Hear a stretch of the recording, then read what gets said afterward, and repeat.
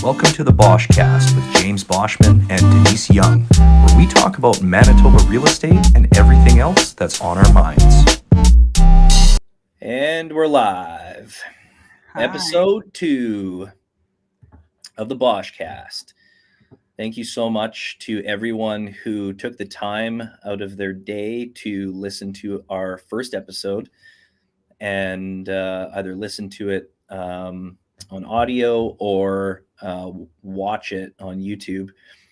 Due to the quality, the video quality and everything wasn't super great on episode 1, but it was a trial run, and really stoked at the amount of views that we got, just over 130 views, which is pretty phenomenal for first episode. Wasn't expecting that, so thank you to everybody who tuned in. We have decided to do a significant upgrade to our streaming platform.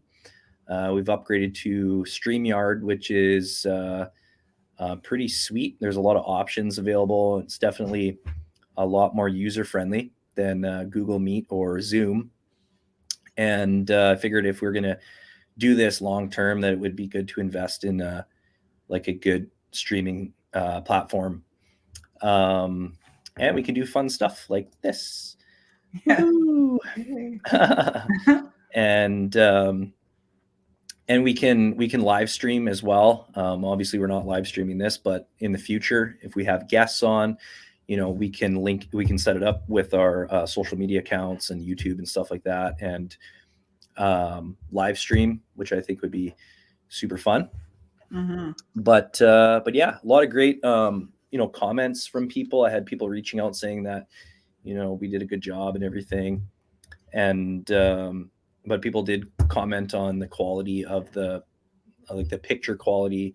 Every time we would say a word or make a sound, it would switch back and forth. So at least here we are, you get to see both of our beautiful smiling faces, and you don't have to cringe by listening to or watching the Google Meet version. Back and forth. Yeah. So yeah, excited to do the second episode today, and we have a lot of really cool, fun things to talk about. So with that being said, let's talk about it. If anybody knows me, you should know that I love tacos, and if there's any taco companies out there, restaurants, and you want to sponsor, hey, I'll eat your tacos. I'll eat them on air. I'll eat them in the video. You'll hear me crunching away. Yeah, you could lure me into a cage with some carnitas tacos. That is for sure. But no, in all seriousness, we do have some really cool things to talk about today, and real estate related stuff, but also wanted to talk about technology. We've upgraded our podcast tools, and I love it when technology actually works for us in our favor. As realtors, we get absolutely annihilated by and bombarded with 1-800 number calls and emails from tech companies and apps, and all these people that are trying to solicit our services for using their latest and greatest app, or for real estate or whatever. And I used to give these people the time of day. If anytime I got a phone call, I'd pick up the phone. Hey, how's it going? Oh, you want to make me number 1 on Google? Okay, perfect. How do I do that? I want to do that. I was so gullible. But now I don't have the time for it. I don't have the time to entertain these people, and it's actually, I think it's better to put them down quickly, instead of letting them bleed out over the phone with their sales pitch. And so now I will resort to, if I get a unsolicited call or something, I will resort to like death metal screaming on the other line, or putting my phone under a pot lid and banging it, bang, bang, bang, bang, bang, bang, or sex noises or whatever, like whatever I feel is super cringe. And sometimes I'll actually try to like sell them on something, like I'll try to sell them a listing or something like that, even though they're probably not interested. But Probably not in Manitoba. no, probably not even in the country. Yeah. But yeah, it's I feel like if you have to try that hard to sell me on your app or your service or your product or your technology, like it's probably it's either a scam or it's the biggest piece of crap out there. And but it is actually nice when technology works in your favor. Like this platform is really cool, StreamYard platform. We're part of this amazing cloud-based real estate brokerage, EXP, which super tech forward, savvy company, really thinking outside the box and disrupting the industry, which is really cool. And one of my goals in joining this brokerage is I really want to become more tech savvy myself. And, I really like it when, apps and technology really, work well in your favor. I always try to stay ahead of the curve that way and stuff like that. But, when you come across tech in our industry that actually works well, makes our lives, tracker. yeah, it makes our lives so much easier. Yeah, Fin Tracker, such a great example. But there's an app that I came across like years ago, pre-COVID, and used it a handful of times, and recently just referred a client to use it. It's called On the Step, and it's an app that was created by these two guys at the University of Manitoba, and they partnered with a refugee new immigrant service or nonprofit that partner with like new to Canada immigrants and try to get them out into the workforce and get them like doing physical labor jobs or whatever. And this On the Step app is kind of like the Uber for snow shoveling, or now they have lawn care services. So, a few weeks ago, I have this client. He owns a bunch of single family rental properties, like bungalows, in the city. Mm-hmm. And one of his properties, the tenants did a midnight move, so they moved out. And he has a professional property management company, but they don't take care of. He doesn't pay them to take care of like snow clearing or lawn care, stuff like that. Usually, he will do it himself, or the tenants will do it, and then he'll just kind of take some money off of their rent or whatever for them doing that type of stuff, like the maintenance work. But he was on holidays. He was sitting on a beach somewhere, and he was looking for someone to help shovel out the property because they were getting some tradespeople in there to do a clean out and like do all the touch ups after the tenants moved out and left a big mess. And so he remembered that I had told him about this On the Step app. So he sent me a message and he was like, "Oh man, this app is so slick. Like, I can't believe I haven't used this before." But it's really great. And so you can download the app and you create like a profile, and then it'll ask for a picture of what your driveway looks like. But what you can do, and what he did sitting on the beach, is he took like a Google Maps close up of his house, like the satellite view, and you could clearly see like how big his driveway is and stuff like that, and the parking pad. And then he uploaded that picture into his profile. And then what you do is you link your credit card to it, and then you can set an amount.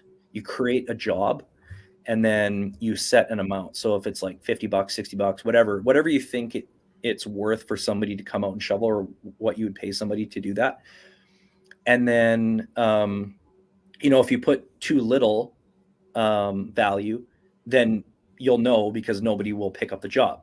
Right. But you might actually get somebody that sends you a message through it and says, hey, I would do it for $50, but not 30, Mm-hmm. you can kind of like go back and forth.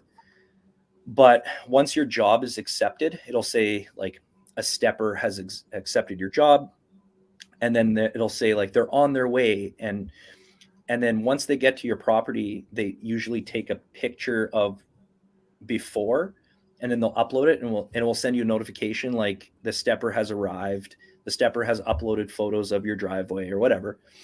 And then the stepper is working, and then once the job is done, they have to take after photos as well, and then those get uploaded. You get another notification that they're done, Mm-hmm. and then it will prompt you for a tip. So if you want to give them a tip, whatever.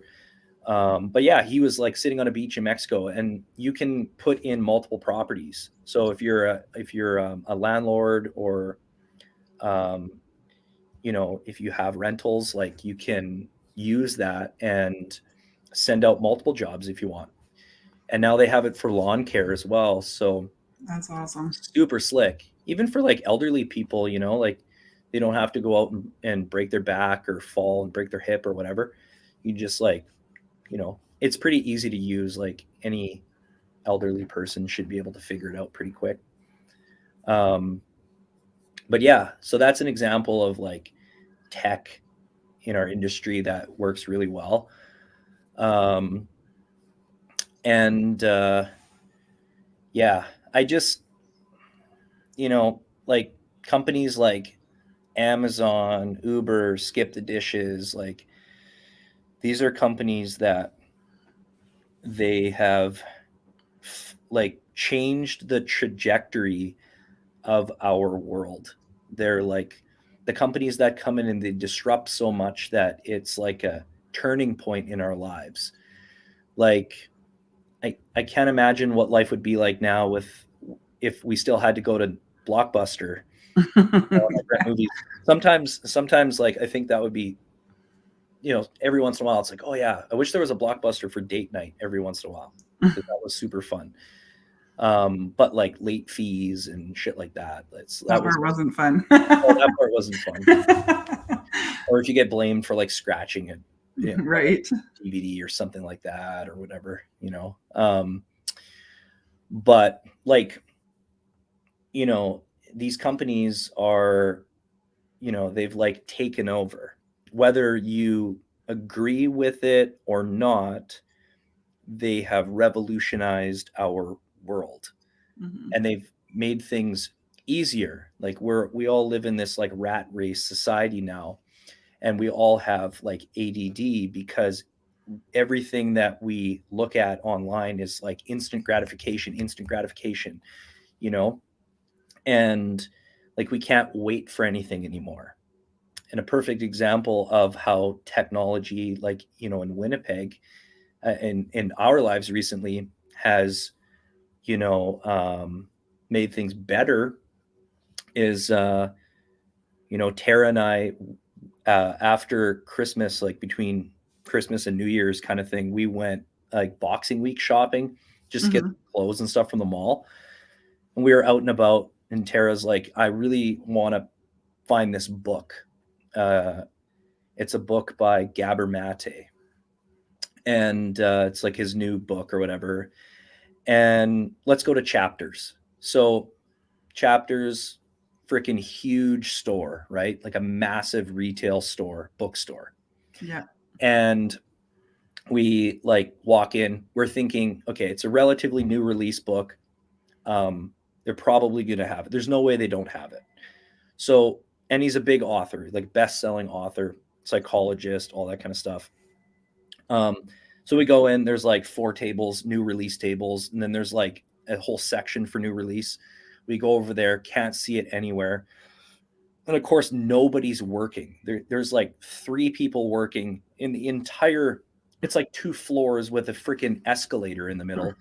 There's like nobody around. And Yeah. then, so first of all, when you walk into Chapters, you got books in front of you, but then it's like pillows and like charcuterie boards and like cocktail serving stuff and like everything except books.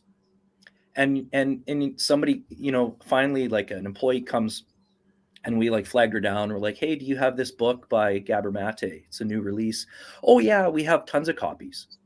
Oh, okay. Where are they? Oh, they're downstairs, in the back by the blah, blah, blah section. So anyways, we go over there, nothing. It's nowhere to be found. So we're like, okay, so now we're going to waste like 30 minutes trying to scour the earth for this book in this building.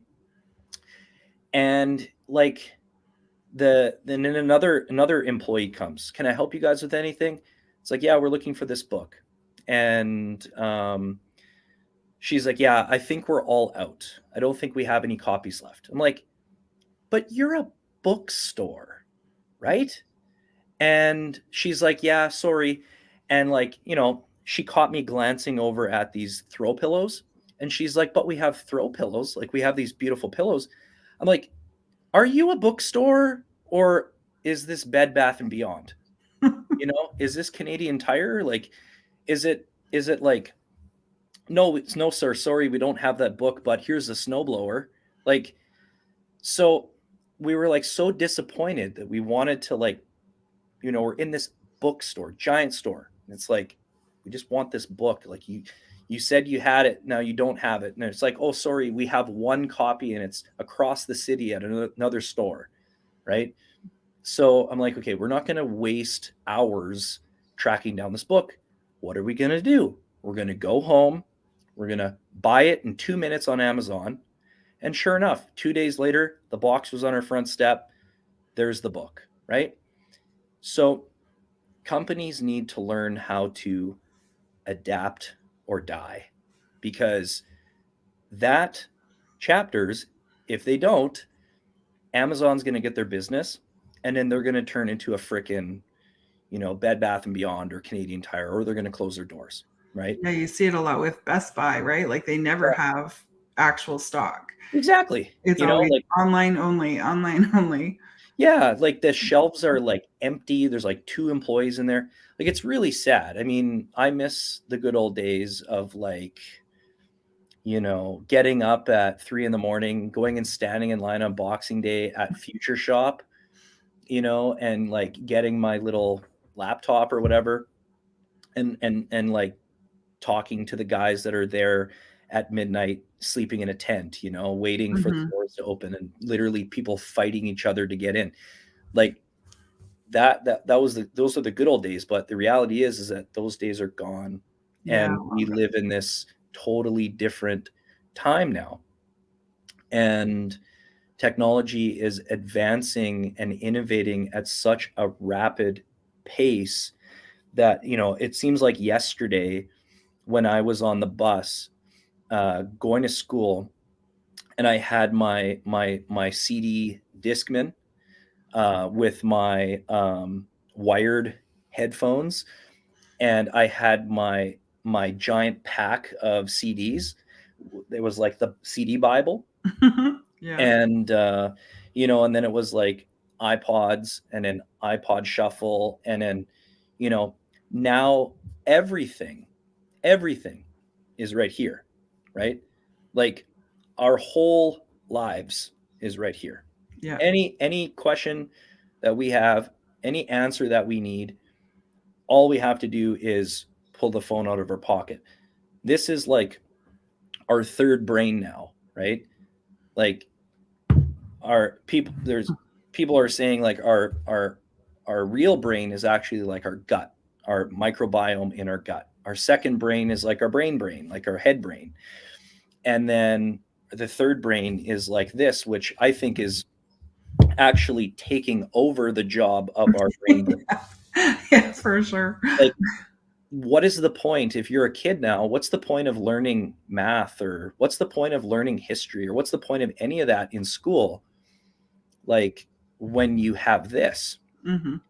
And now, like, we're at the precipice of like a fourth industrial revolution, we are literally at the door of sentient artificial intelligence. And people have probably heard, everybody listening to this, you've probably heard of Chat GPT.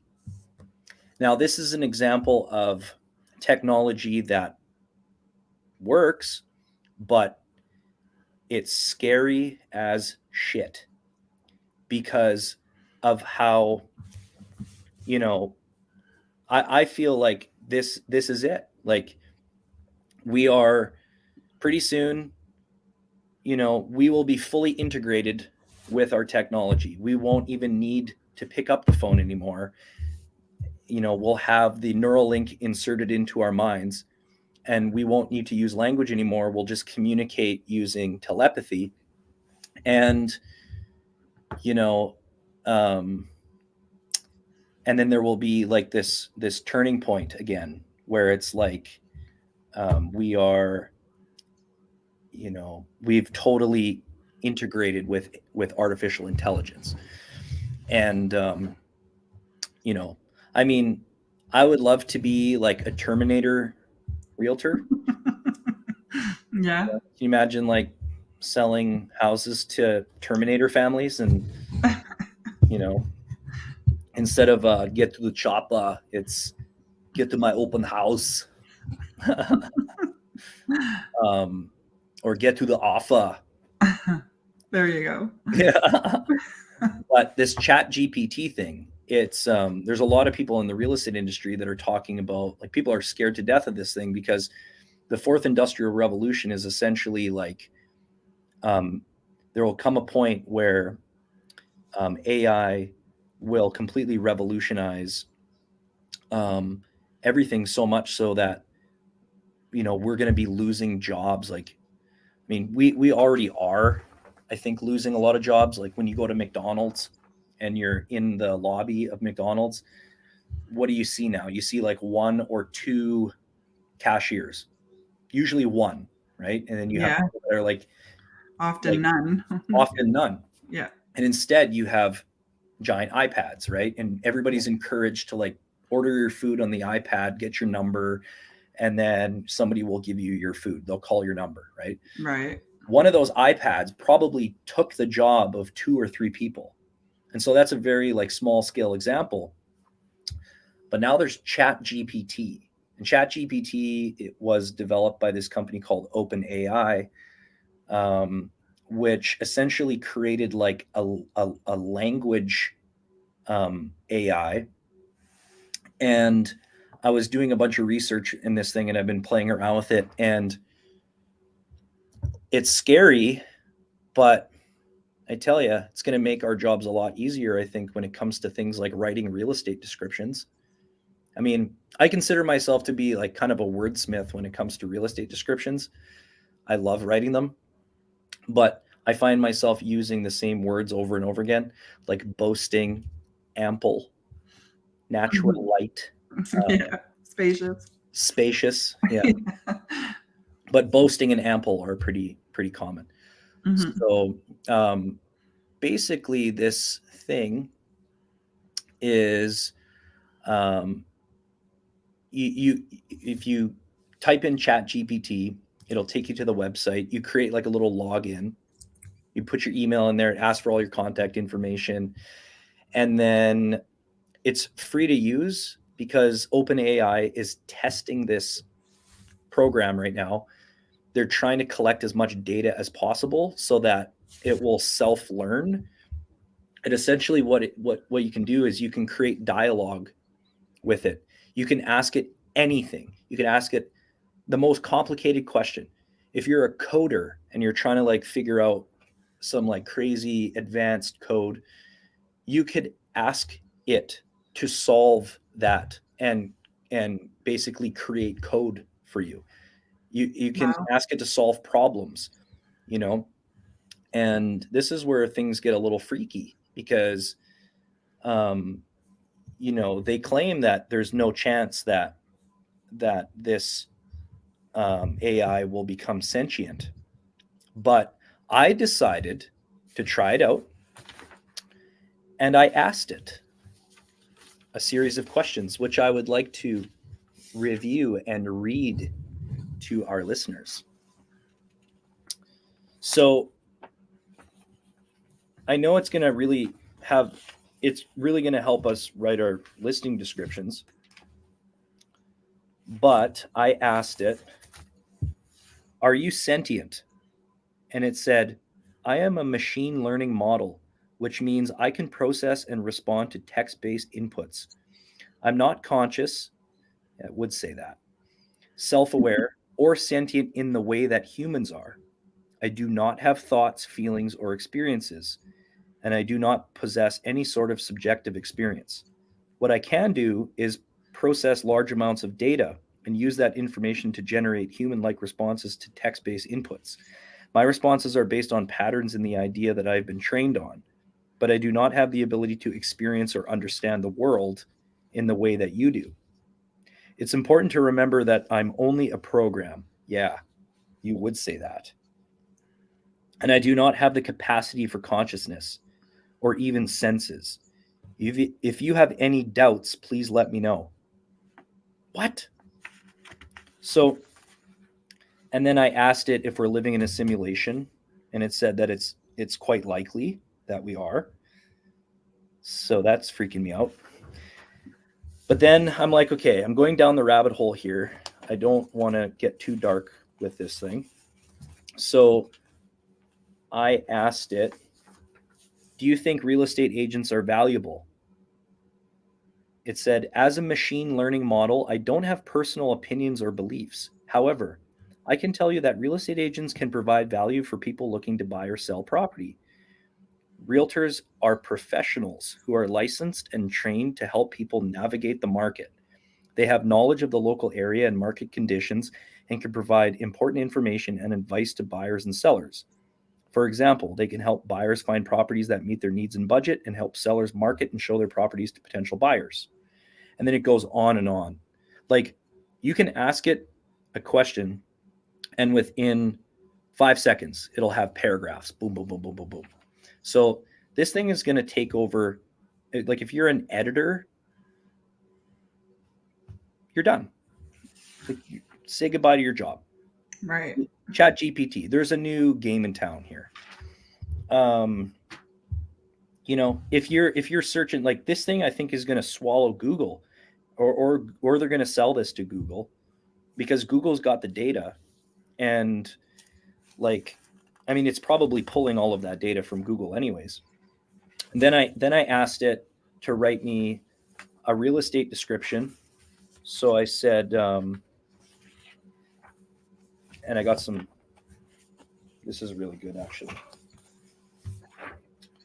So I said, write a real estate description for a 2,100 square foot 2-story home with 5 bedrooms and a fully finished basement.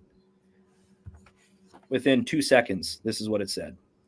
This spacious 2-story home boasts 2,100 square feet of living space, making it the perfect place for a growing family. The home features 5 bedrooms, providing ample room. So there's 2 of my words in there already. Ample and boasting. Ample room for everyone to have their own space. The bedrooms are well appointed with plenty of room for storage and comfortable bedding. Okay, that would have to change. The upstairs of the home features a large family room, perfect for movie nights or game nights. The main floor of the home is perfect for entertaining guests, with a large and open living room, formal dining, spacious kitchen. The kitchen features modern appliances, ample counter space, perfect for meal prep and hosting dinner parties. The fully finished basement provides even more living space with the potential for game room, home office, or a gym. The backyard is great for summer barbecues and relaxing in the sun. This home has everything you need. Make it your dream home. Damn. Pretty wild. Very similar to my experience with Canva's AI. Yeah. I had asked it to write a description for a 3-bedroom, 2-bath bungalow, brand new built in Dugald, since we have some of those. Yeah. And it says, this beautiful 3-bedroom, 2-bath bungalow is situated in the peaceful community of Dugald.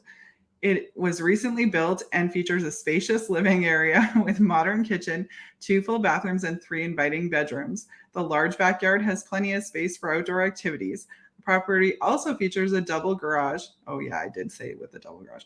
It features a double garage with plenty of extra storage space. This home is perfect for anyone looking for an idyllic place to settle down and enjoy a peaceful lifestyle. Geez, this AI stuff it's coming for our jobs here, Denise. Yeah. I don't know what we're gonna do here. Well, I mean, it might be able to do part of it, but I don't know. I have a story coming up that might remind you that we still will have value. I got a few more. So I decided to switch it up, and I said, write me a real estate description for a 2,100 square foot 2-story home with 5 bedrooms and a fully finished basement, but from the perspective of a Viking. So then it said, oh my God, I shouldn't have been drinking. Then it said, this grand 2-story longhouse boasts 2,100 square feet of living space, perfect for a fierce Viking clan. The home features 5 bedrooms, providing ample room for each warrior to lay their weary head after a day of pillaging and conquest. Oh my God. The bedrooms are appointed with sturdy wooden furnishings and plenty of room for storing treasures and weapons. The upstairs of the home features a large mead hall, perfect for feasting and telling tales of battle. The main floor of the home is built for entertaining, with a large and open great room for hosting feasts, formal dining area for sharing a meal with a fellow warrior, and a spacious kitchen for preparing your hearty meals. The kitchen features a large hearth for cooking as well as ample counter space for mead making. Fully finished basement is accessed by a rugged staircase. It provides even more living space with the potential for training room for battle tactics or a trophy room for displaying your spoils of war. The backyard features a large fire pit for outdoor feasts and storytelling under the stars. This home has everything a Viking needs to make it their stronghold. And then I do have a couple more. I have one from the perspective of Trump. Oh, geez. Which is hilarious. Perspective of Shakespeare. And the perspective of the house itself. Oh, geez. This is my favorite one. And I was actually thinking it would be super funny to do this if we have a seller that would allow us to do this. But greetings. I am the humble abode you seek. I offer 1,000 square feet of living space, well portioned among 3 bedrooms and 2 bathrooms. My main floor is well appointed with a warm and inviting living room, a functional kitchen, and 3 cozy bedrooms. The master even has luxury of its own with a private bathroom. But do not be fooled by my exterior, for I also offer a fully finished basement that extends my living space to accommodate your every need. Whether it be a playroom for the young ones, a home office for yourself, or a cozy den for movie nights. I am also situated on a well-manicured lot with ample outdoor space for enjoying the natural surroundings. And I am in a prime location with easy access to all the amenities you require. I thought that was really cool. Yeah, that is. So it does seem to use ample a lot, actually. Yeah, I know. Like, you could probably type in like sounds good, but use words synonymous with ample. Yeah. But yeah, the Trump one is cool too. This is a beautiful bungalow, folks. Just a tremendous property. All top of the line, just like the hotels I build. The main floor is fantastic. Huge living room, fantastic kitchen, 3 bedrooms. It's just huge. But let me tell you, folks, the basement is where it's at. It's fully finished, just like my hotels. You'll have so much room down there, you won't even know what to do with it. It's perfect for a game room, home theater, or even a little casino. You'll just love it. Oh, it just keeps going on and on. Like, it's the greatest thing ever. The greatest and the scariest thing ever. But yeah, so it's basically a conversational style chat bot, but it pulls data from all over the internet. And it says on their website that it's not smart enough to replace humans yet. Yet, that's the word. But, you know, it can be really creative, and, you know, help us to think outside the box. If we ever get like writer's block or whatever from writing real estate descriptions or coming up with ideas for stuff, I'm sure that we could get really creative with it.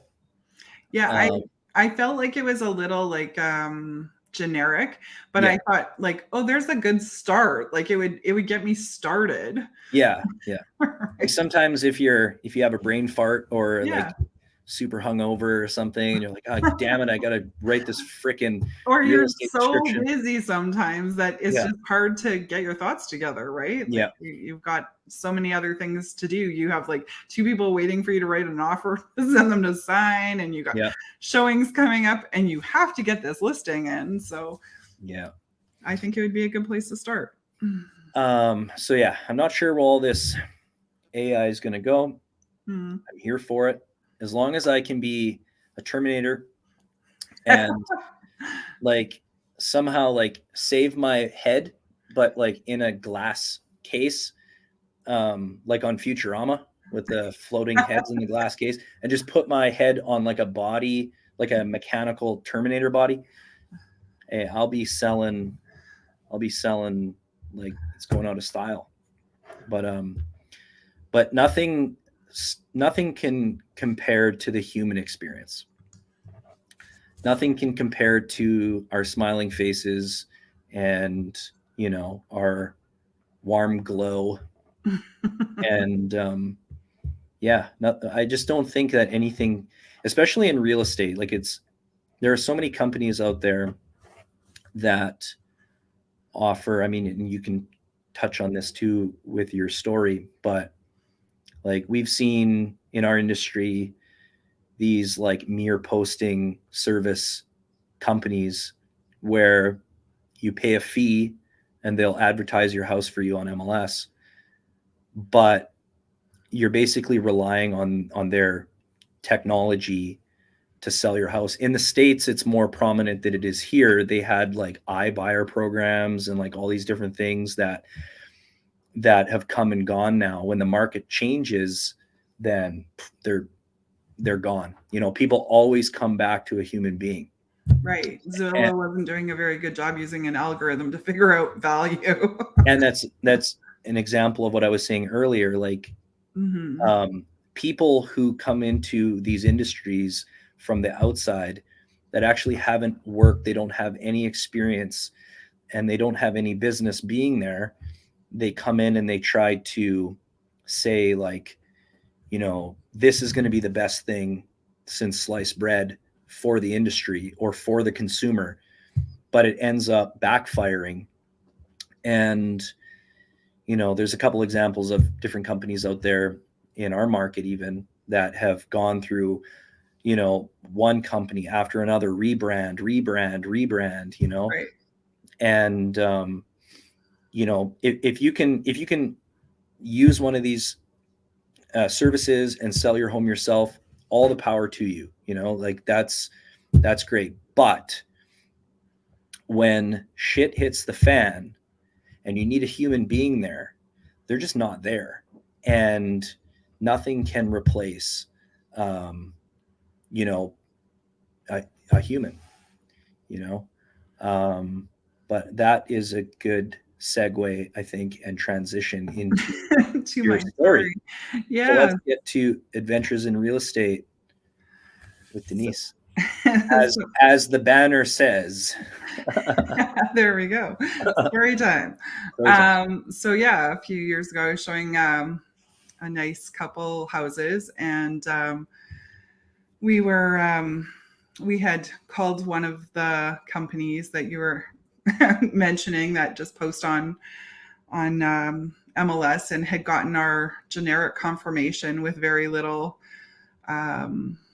confirmation information, right? You know, lock boxes on the front door, that's about it.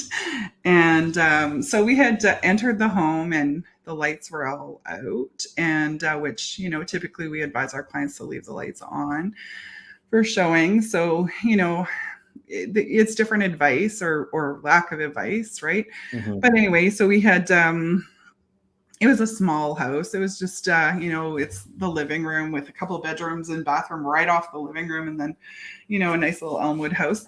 And so we had, gone through the front bedroom and then back into the living room, and we were going to go into the bathroom, but the bathroom door was left kind of closed, and it was a sliding door. And my client was in front of me, and he's like tugging on it a little bit, and it doesn't want to move, and it was opened a little tiny bit, so he like squeezed himself through to go the other side, and just he was gone. And I'm like, I think his wife was kind of in front of me, so I was like, oh my God, where'd he go? Like a portal, like he like he just disappeared. And and I'm like, what the heck? So I finally get this door open, and he's in the crawl space, because they had left the crawl space door open. Like the hatch door. The hatch, yeah. Oh and God. It was inside the dark bathroom with no light on, with the door mostly closed. Wow. So very dangerous situation. Anyway, and I guess the stairs actually come down from the tub side, not from our side. So he actually fell onto the stairs. And so that part was very scary. I laugh now because I think back to it like it was like a cartoon, like, like the Roadrunner just like falls straight down. Yeah. Like a booby trap. Yeah.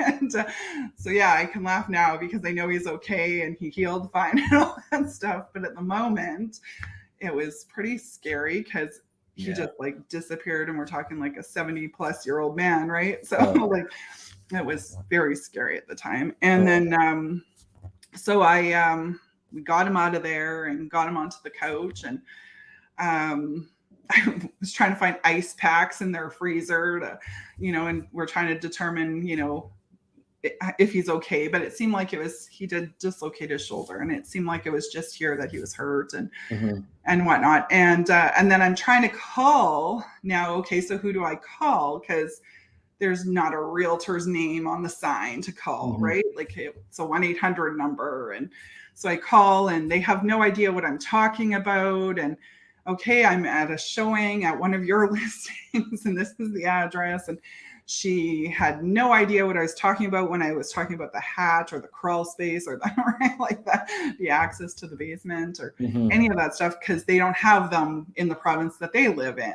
And, so it was quite an experience in that regard, because like, okay, they have to have someone call me back. And at this point, I'm just like trying to let them know what happened, because this has happened in someone's house. And this person who owns this house is likely going to be liable for something because this man's hurt. And the other thing we're trying to do is trying to figure out how we're going to get him to the hospital, because his wife doesn't drive and was, with a cane herself and stuff like that. Right. So we had to figure out how we were going to get him there and whatnot. And then, got him to the hospital. Everything worked out. It was all good and everything. But yeah, he had to get a lawyer. He had to put in a claim against these people, against their insurance, because these people were moving from another province, so they didn't have Manitoba Health. They don't have coverage for this injury, right? So now we're talking a lawsuit, right?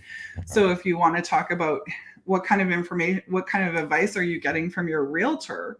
That is something to think about, is like, what kind of situation am I going to put myself in that could cause liability, right? Yeah. And that's one of them, very many. I mean, this one has nothing to do with paperwork, because usually we talk about the paperwork when we talk about liability in real estate. But this is just someone being on your property. Yeah, injury on your property. And so yeah, I definitely was a crazy afternoon, and had to cancel the rest of our showings, obviously. But he ended up being okay, and he was a spry guy, so he healed quickly, and fella. Yeah, had a few physiotherapy trips, and then he. So just to clarify, this was a listing that was active on the MLS. Yes. I was available for realtors to bring their clients through and show. Yeah. But it was through one of these companies where you pay a fee to have your listing up. Yeah. But there's no real But there's no realtor, direct contact with no the listing seller agent. No, it's or just the seller. Like or the I seller. couldn't even call the seller to talk to the seller directly. I had to call a 1-800 number Yeah. and Get wait the for runner. someone to call us back, and they didn't call us back for 2 days. Yeah, see, that's like my chapters example. Yeah. Well, yeah, exactly. 2 days it took them to call us back, and that meant the seller didn't know what happened in their house for 2 days. Yeah. They That's crazy. Yeah. So had there been a listing agent that was confirming showings and dealing direct, if a buyer's agent and their clients had gone through the property and they fell into a hole, would at least, bare minimum, the insurance that the listing brokerage has or the listing agent has, would that have helped to protect? Possibly, but there would also be the more likelihood that a listing agent would have given the seller good advice on how to leave the house. Yeah, exactly. Leave the house with the lights on. Biggest thing. Don't leave the hatch open. Or if you are going to leave the hatch wide open, we're going to put it in the realtor comments when we're confirming the appointment so that everyone knows. Or we're going to put a sign on that bathroom door. Or, right? Like you're going to do something to mitigate the liability. Yeah. You're not going to leave it with the door partway closed, the lights out, and the hatch open. It was a comedy of errors. The reality is that like some of these old houses, they were built with really funky ways and like means of construction. And, they, I have been in plenty of those houses, West Kildonan, even like older parts of East Kildonan, North End, Elmwood, St. Boniface. St. Boniface. Right. Yeah. You had a part basement. Chances are you got either a sketchy staircase going down there or a ladder or a hatch in the floor. And usually that hatch is like in the bathroom. It's often in the bathroom or in the middle of the back porch, right? Yeah. Where, if you come in from the back, I had one not too long ago where if you had come in from the back door, it literally would have been right in front of the back door, right? Like, so had you left it open, you would fall in as soon as you walked in, right? Yeah. Yeah. You're not going to leave that open. Mm-hmm. Yeah. No, it's, but that's a great example of like, I recently, not to go on a tangent here about these mere posting companies, but recently showed a property, first time home buyers, my clients, we booked the showing through, you can't book it through the normal way that we would book a listing or a showing on a listing that's advertised on the MLS. Normally we have our own way of doing that, which is super easy and super functional and like great. No, you have to like copy and paste a link, and then you have to input your contact information as the realtor, and then you have to book that, and then that request goes to the seller, and then you get the notification that you can show it. But then God forbid you have a question about the property. Like you said, it takes days sometimes to get answers back because it's got to go through all these different channels of people. Yeah. Versus if I'm the listing agent, my cell number is on that listing. You phone me, text me, whatever, email, I'm going to get back to you immediately. There's none of this running around. Like, I think that these companies, again, not to poo-poo on them, but they don't realize that adding all of these extra steps doesn't make it easier to sell a house. Like, when you're selling a house, you want to make it as easy as possible for somebody to come in there, fall in love with it, write an offer, not fall in a hole. Like, you don't want to make it harder for the sellers, And I'm sure if I even at least if I had the seller's contact information, and these are not hard questions I'm asking, it's like, do you have a property disclosure statement that you filled out that you could send me? Yeah. What can you tell me about the property? What's the story with it? You know, why are you selling? Where are you going? You know, like, I know some of those answers, they don't have to, there's some of those questions they don't have to answer, but like, you want to sell it? I have buyers that want to buy it. Don't make it any harder than it has to be, you know, just, and I find like these companies, that's what they do. They make it way harder than it has to be. And then people get frustrated. Buyers are like, what do you mean? What do you mean I can't get the answer? I got to wait 2 days, you know? What do you mean I'm going to fall in a hole and, you know, like I have no recourse. Yeah. So, but yeah, no, that's a great example. But yeah, no, it's a good story. I haven't had anybody, I don't think I've had anybody get hurt, like a client or anything, get hurt at a property, fall in anything, but I've had people step in dog poops outside in their sock feet because they think that it's a good idea to like go, oh, let's just check out the backyard quick. And then they open Been the there, door. done that. They don't want to bring their shoes to the back door. So they go outside and then in their shoes and accidentally step in something. Oh, Although yeah. I've also stepped in cat puke in the house. So Yeah, that's true. I have speaking of cats, next week I got a really good cat story. So you have a good cat story? Yeah. The week after I will tell my bad cat story. Okay. I'll tell my good cat story. You tell your bad cat story. So, all right. So next on the agenda here is our topic of the week. And this week I wanted to talk about condos. To condo or not to condo. And the reason why I wanted to talk about this is because with the rising interest rates, we're moving into an age of affordability. And, you know, when buyers are out there looking, especially first-time buyers, starting to consider maybe purchasing a condo where they haven't otherwise before, because, you know, you can still pick up a pretty affordable condo in our market here. Yeah. And I have a first-time home buyer. She's in the process of wanting to purchase something, and she's been renting for a while. And she asked me, you know, do you think it would be a good idea for me to buy a condo or should I buy a house? And that's a pretty loaded question. But it kind of got me thinking about that. And so I think the one thing that I told her is I said, it's really going to come down to a few things. Biggest thing is, what is your lifestyle? And think about where you're going to be, you know, in 5 years from now. Are you going to have the same lifestyle? So what I mean by that is, do you have a career that, you know, do you have a busy lifestyle where you're gone a lot, you work a lot, you don't have time for cutting the grass, you don't have time for shoveling the snow, you don't have time for the regular maintenance that comes with a house. You know, so in her case, like she works, she's got she's very passionate about her career. So she works a lot. She's gone a lot. And then in her off time, she, you know, does a lot of community stuff. So she's volunteering her off time.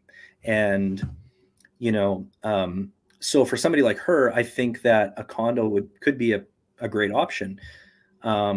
But I also told her the thing with condos is it's a totally different animal. It's a different beast, you know, than the single family home market. Now, condos can be many things. So I think for the purposes of this, what I mean by condo is like your traditional apartment style condo. You know, like you buy like the four walls, a unit in a giant building or like a larger complex, right? With multiple people, rather than, you know, condos can be bare land. You know, we see that where people build like a single family home on a bare land condo and you pay a small fee for snow removal and lawn care. That's not what I mean. What I mean is like an apartment style. And when I say versus single family home, I mean like a house on a residential street or a townhouse or a side by side. And so, you know, I told her, think about your lifestyle carefully. And do you think you would enjoy doing yard maintenance? Do you think, and she doesn't do any of that where she is now. So, but basically, like, I think it's a dilemma that a lot of people try to contend with. Like, they try to, okay, what makes more sense for me? And for a lot of people, it's like, well, what's a better investment, and like, what's going to be better for me as an investment long term, and what's going to have a better value later on when it comes time to sell. So, and that's a pretty loaded question too, because the other thing that I told her was, condos are, there's so many moving parts with a condo, right? You're not just buying it and then you take possession and it's like, oh, this is great. You're also purchasing a very small percentage of the entire, like, included in that price that you pay is a very small percentage of the ownership of the entire project. So if you got a 30 unit condo project or 60 unit, or you name it, 100 unit, you are like 0.203% or whatever it is, owner of the entire project. So there are other things that you really need to dig into and look at before you close on a condo. You got to make sure the books look good. So condos are going to have financial documents. They have usually like a CFO basically on the board that handles all of the ins and incoming income, and then what goes out, expenses. You need to have access to those books and see what the budget looks like and where is all this money going. You also need to take into consideration the age of the building or the project and look at, the condition of all the amenities, like the pool and the parking lot. Like having that big parking lot, having that pool, having that tennis court, those are all great things, and they can be huge selling features. But what happens when the pool liner goes? Mm-hmm. What happens when, the tennis court needs to be redone? What happens when the parking lot needs to be redone? What happens when the roof on the building needs to be redone? Where is that going to come out of? And a lot of people, they think that, oh, the property manager will just take care of it, like you were saying. Yeah. But that's not the case, right? Oh, they will take care of it, but it comes out of your pocket. Yeah. All of these decisions as to, whether or not something should be repaired, everything has to come down to a vote, right? Right. It needs to be like majority vote. So it's like, okay, everybody here is complaining about the parking lot and how many potholes there are. Mm-hmm. So here's the solution. We can get it fixed, or we can leave it for now. If we get it fixed, that's going to cost X amount. We're going to have to get quotes from companies to come in and give us, tell us how much it's going to cost. And then we will decide from there. But if it's going to cost money, where does that money come out of, right? Right. Anything over 3,000 can come over out of the reserve fund. Yeah. But if it's too much for the reserve fund, you might actually have to do, a cash call, exactly, which everyone loves. And then ultimately, whatever comes out of the reserve should be replenished. So how do you replenish a bare reserve or a down reserve? You increase the condo fees for a certain amount of time to replenish that reserve. So there's a lot of thought that has to come into play when you're buying a condo. Now, not trying to disparage condos by any means, because I do think that for the right person, they make a lot of sense. Yeah, and there's tons of pros. Yeah. Tons of pros. But you just have to really, it comes down to, if you see a condo on the market and you're like, wow, this has a beautiful kitchen and this has, the bathroom's all renovated. So those are things that I don't have to worry about, versus a house for the same price. It's probably going to be a little bit dated. It's going to be rougher, might not be in the area that you want, but you got to look past that brand new kitchen and that brand new bathroom. That's the unit itself that you're going to be living in, but you also have to look at the entire project as well. Mm-hmm. So, I had a lady who client who years ago, she phoned me, she was referred to me, and she needed to sell her townhouse condo. She bought this thing brand new. It was built in like 1978 on St. Anne's Road. So she loved this thing. It was such a great unit. And right before we went to list it, I asked her if she could provide me with whatever condo documents she had, and just so that I could like go through them with her. And she didn't have a lot of stuff, but she had a lot of the notices that were coming in from the property management company as it pertained to repairs that were coming down the road. Mm-hmm. So this is a townhouse complex, 4 units per townhouse, and there were probably 6 or 8 buildings of 6 units or 8 units, whatever it was. And the build, like her unit was fine, everything was tickety-boo, was great, but the building right next to hers required significant foundation repair. Like they had a horizontal crack. All the units were experiencing the same issue in their basement. Wow. Water was coming in, Mm-hmm. and they had a company that came out, an engineering firm, and they told them you need underpinning of the foundation. So they drill piles underneath to stop it from shifting.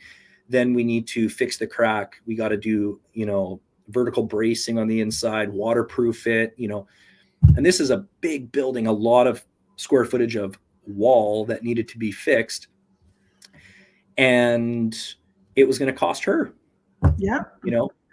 And but the benefit of the condo is that person who lives in the building who has the crack has shared expense. Right. Right. So it goes both ways. It goes both ways. Yeah. Yeah. So you kind of, if you're thinking about buying a condo, you just have to kind of like think, like try not to compare it to housing, because single family homes, because it's a different animal altogether. Mm-hmm. Now, from a investment point of view, and this is just my opinion and my experience, the condo market is a little bit slower, and history has shown us that it's always kind of been behind the detached market. And it's only because there's more buyers that are looking for a single family home in general than condos. And so from an investment point of view, if you can get into a great building, a great unit, and let's say you pay $180,000 for a condo, 2-bedroom condo, 2-bed, 1-bath, or whatever it is. Let's say you buy it for $180,000. In 5 years from now, when you decide that you want to sell and move to something else, you may only get $180,000. Maybe you'll get $190,000, versus if you purchase a single family home and houses are selling around you and people are, maintaining the look and the economic life of that street, it's going to help it's like the rising tide that lifts all boats when it comes to value. It's going to help to increase your market value by you not doing a single thing. So it's called natural market appreciation. And so as the market, I would say not doing a single thing improvement wise, but maintaining it. Yeah.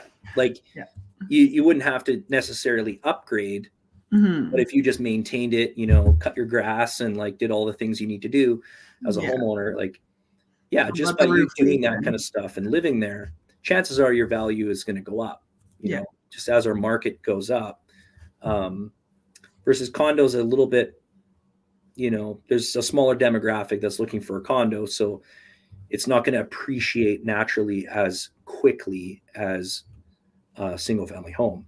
The other thing to consider too with a condo is that, like, with a single family home, you have forced appreciation. So you can force appreciation by making upgrades, cosmetic, otherwise, you could build a fence, you could, do a lot of work yourself. Finish the basement. Yeah. Finish the basement. Condo, you're kind of limited. Like you can't really say, I want to paint the exterior of the building black, because that's what's in right now. You can't really do that. Not without getting all your neighbors on board. Yeah. Interior renovations and upgrades you can certainly do, but you do have to request, most of the time you have to request permission especially if you're in that apartment style condo, because whatever you do, if you're replacing a kitchen and you're redoing plumbing, or if you're adding electrical outlets or fixtures, well, now because you're connected to everybody else, it can impact, if something goes wrong, if you hire the wrong trade, or if you do it yourself, it can impact everybody else. If you have a water leak in your unit, well, Betty 2 floors down might get the same leak in her unit, right? So you have to get permission from the board when it comes to stuff. But yeah, I like to add flooring to that, especially in the apartment style, because I have seen where someone didn't get permission to replace flooring and they put the wrong underlay, and it created a lot of noise for the people beyond. Noise transfer. Yeah.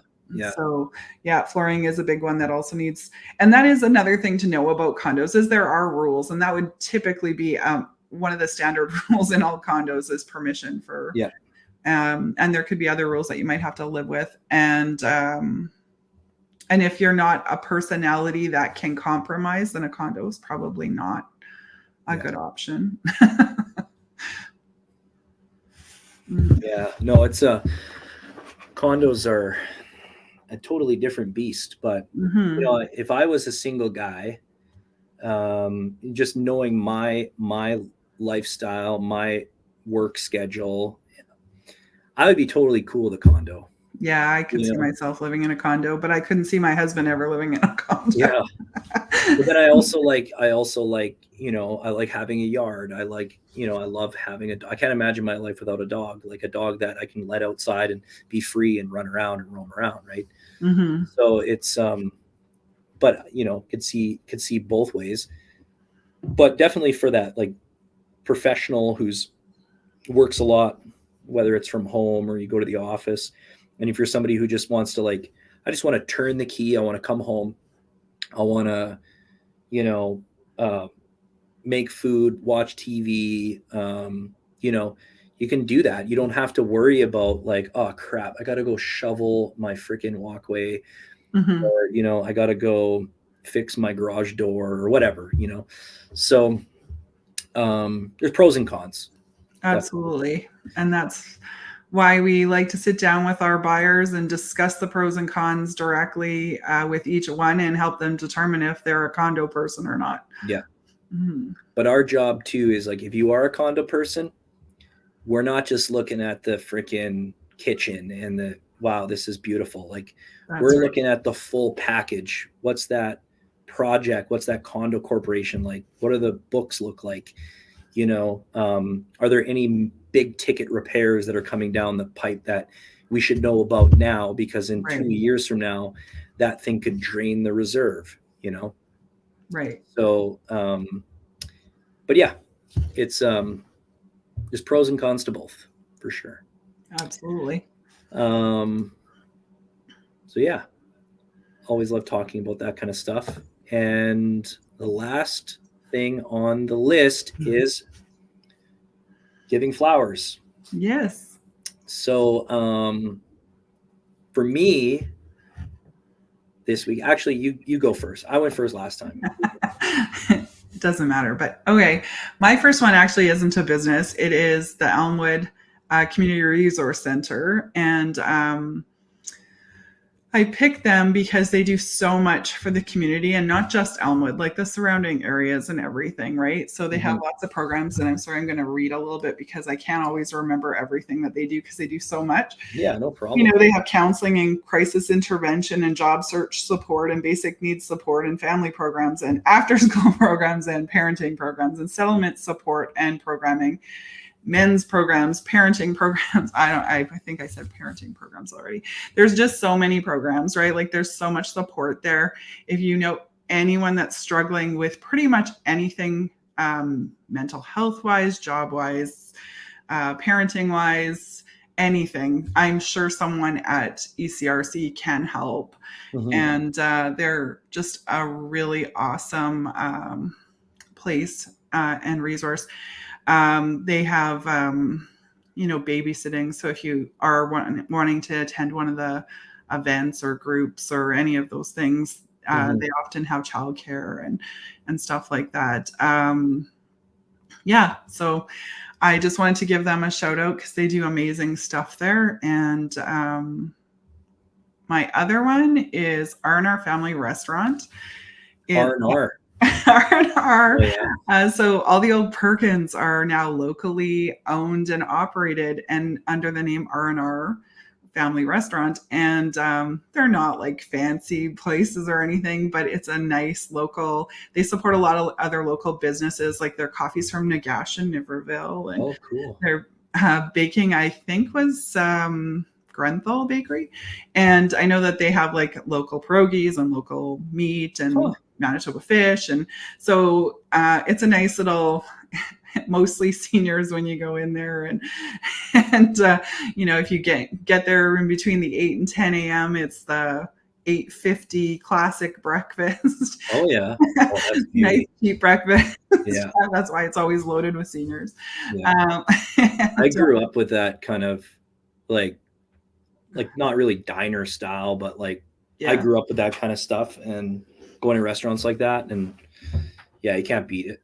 No, it's awesome. It's so awesome. And they have a pretty good menu. Like we often go for brunch, I'll say. So, I'll kind of go between having breakfast and having lunch when we go. And there's always something good to try. Their pick roll is actually really good. Cool. Yeah. And their classic breakfast can come with pancakes instead of just toast. Nice. Well, we need to go there for brunch or lunch sometime. Yeah. And so, I just thought I'd shout them out because the waitresses there always do a great job of serving us. That's awesome. Mm-hmm. Cool. So mine this week, I've got two. First one is my buddy Jared Holmes. He is a financial planner. He has his own business called Unaffiliated Wealth. And he's helped me tremendously, just get on track with finances. It's so easy as like a self-employed person to have your finances take control of you and like not have control of them, but they take control of you. Mm-hmm. And, in life, there's two things you can't avoid: death and taxes, right? So any way that you can, at least help to shelter some of that tax burden as a self-employed person, especially realtor. But also like he's so knowledgeable when it comes to things like investing and, just basically act as like your CFO in a way. He'll look at everything like under the hood and give you his honest recommendations, and you can take his advice or you cannot. And I can tell you that by taking his advice, it's been the best thing I ever did. And, he's just such a honest, smart, probably one of the most intelligent people that I know when it comes to finances. And his name, the company name, Unaffiliated Wealth, the meaning behind that is there are a lot of financial planners in the industry that are affiliated with a large company. And I won't name any names, but I'm sure we can all picture them in our minds. And their job is to sell products and services to the consumer, to the customer, that company carries. They oftentimes don't have to be transparent about the fees that they collect, how much they're making on selling you that product or that service. And whereas Jarrett, he's not affiliated with any of these companies. So he is kind of like almost like a broker in a way, where he can help you make the best decision for you and your situation, rather than trying to shove a product down your throat that, some of these guys, they know full well, this is not good for this person. I should not be selling this, but I have to make a quota, or I have to make commission, or I have to do this, or I have to do that for the company. And and he's doing a great job for a lot of people. and specializes in working with realtors. So anybody out there, you're thinking about getting, having somebody take a look under the hood and see how you can organize your finances a little bit better and get you on track, at least get you out of the hair of CRA. Because sometimes you get these letters from CRA as a self-employed person, and you're like, oh my God, like first of all, CRA is notorious at using the most hideous, terrifying font that you'll ever see. And it's like, oh my God, am I going to jail? And it's like, no. They're just telling you that, you need to make your GST remittance. But it's like, when you read these things, it's like, first of all, how do I read this? And like, it's so terrifying every time you get a letter in the mail. But he's great at like demystifying it all. And he got us set up with like the best accountant that I could not ask for a better accountant. And maybe I'll give him a shout out in one of the future videos. I'd love to have these guys on the pod too. I think they're just great. And my second shout out this week is, I know I've probably shouted them out before, just in some of the Business of the Week posts, but Iron Image Barbell Club. So I've made it like my New Year's resolution to get my ass in the gym and, lift things up and put them down. And, Iron Image Gym, I live in East St. Paul. Iron Image Gym is located in Selkirk. And it's run by like great people. One of whom is a former realtor, Matt Evans. And what they did to this space over the years is just insane. It's the most, like, I'm sure this is like a guy thing to call a gym beautiful, but it's a beautiful gym. Like, it has everything that anybody could ask for. It's got like powerlifting. They call it the strongest gym in the Interlake, but it's, they have powerlifting competitions there. So they have all the proper racks and barbells, all the proper plates, bumper plates and stuff like that for powerlifting. They have sled push section. They have battle ropes. They have kettlebells. They have all the cardio equipment. They have like some of the best workout equipment, free weight section. They have a boxing area. They have like a whole nother section to the gym now where they have cycle classes, yoga, all that kind of stuff. High intensity training, like HIIT cardio classes. Yeah, I just love it there. I could literally spend my whole day there because it's so fun. The people are so friendly. And the best part is they're not going to hold you hostage to a piece of paper like some of these other gyms, like for me, the travel time from East St. Paul to go to Selkirk is the same as if I was to go to Good Life on Nairn, just with traffic and everything. So, and God forbid I wanted to go on a vacation and put my account on hold, they would be like losing their minds over a Good Life. Versus Iron Image, you want to put your account on hold? No worries. Want to cancel? There's no membership. You just, whatever. 24-hour access. It's awesome. A great place. I love it there. And I can't wait to spend more of my time there. So if anybody's looking for a good gym, you live in the north side, check out Iron Image in Selkirk. It's definitely worth visiting for sure. So I think that concludes today's episode. Sounds good. Whoop, whoop. Right on. Okay, well, thanks so much again for checking out this episode. And hopefully there wasn't too much rambling or waffling, but that's what this is all about, just to have, shoot the shit, have conversation. Have fun. Have fun. Yeah. Yeah. So, but yeah, thanks guys for checking it out. And please, I keep forgetting to say this in the beginning, but please like, share, and subscribe. It really helps us out. And look forward to seeing you guys on the next one. Hope you have an awesome weekend, and great week. Thank you. Bye. Bye.